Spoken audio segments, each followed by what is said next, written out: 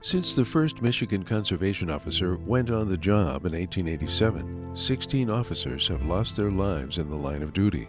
The state of Michigan has a memorial to these fallen officers at the Ralph A. McMullen Center in the northern Lower Peninsula, where all present-day COs regularly attend training exercises. 2 of these 16 fallen officers died during the same incident almost 100 years ago in Marquette County, when Michigan's DNR held a grand opening for the first shooting range in the Upper Peninsula.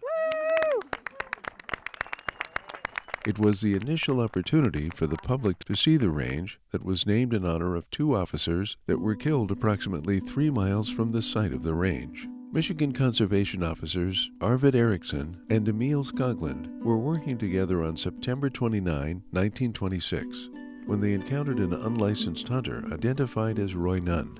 During the course of the arrest, Nunn pulled a hidden revolver and killed Officer Erickson with 2 shots in the back of the head. Officer Skoglund raced to the scene to assist and was killed with 2 shots to the face. The evidence eventually led to Nunn, who confessed to the crime. The officers' bodies were recovered, having been weighed down with bricks and dumped into Lake Superior from a pier in the city of Marquette. Nunn was convicted of first-degree murder and sentenced to life in prison. Never knew my grandfather. I knew a lot about him, but not all the details. I saw Roy Nunn, the guy that shot Arvid and Emil, in prison. We used to play a lot of hockey and softball out there, and one of the guards pointed him out. He's a small guy, but never I saw him or had a chance to talk to him. You've heard the saying that freedom isn't free. Well, conservation isn't either. Conservation does mean the wise use of a natural resource, but it's the term wise that recognized years and years ago that there had to be regulations, there had to be controls to sustain our natural resources. And these officers were pioneers back in the day, fighting the same fight that our men and women do today. Big deal for DNR. It's a huge part of our mission here. Part of the mission, of course, is having folks be able to use firearms safely, and places like this allow that to happen. And also, a lot of these places house our hunter safety classes throughout the state, and I'm sure that this one probably will too on the field days that we offer for hunter safety.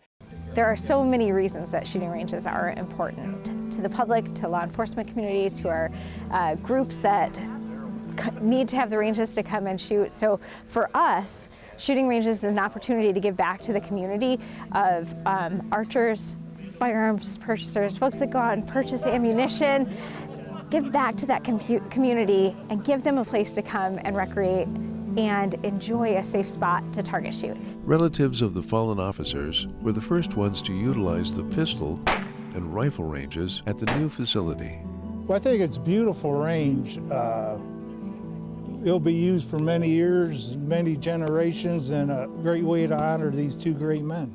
I was born and raised in Marquette, so I always knew this was a place where people came to shoot, not legally. So it's the amount of garbage out here that you could find was more than you could ever imagine. So then being able to team up with local organizations to get it cleaned up and get it a safe place for people to shoot. Speaking with DNR representatives, it's taken over 10 years to finally get this to kind of come to terms. So it's really cool to see this project completed. It's nice to see a facility like this and a turnout like this. Yeah, it's something that Marquette County has needed for a long time, and I think they did an awesome job. It's been quite cool to work in the same county that he did. Although I didn't know him, it's played a large role in my career choice. Thank you to the DNR for getting this going. I know it's been a long time coming, so big shout out to you guys, so I appreciate it. Thank you very much.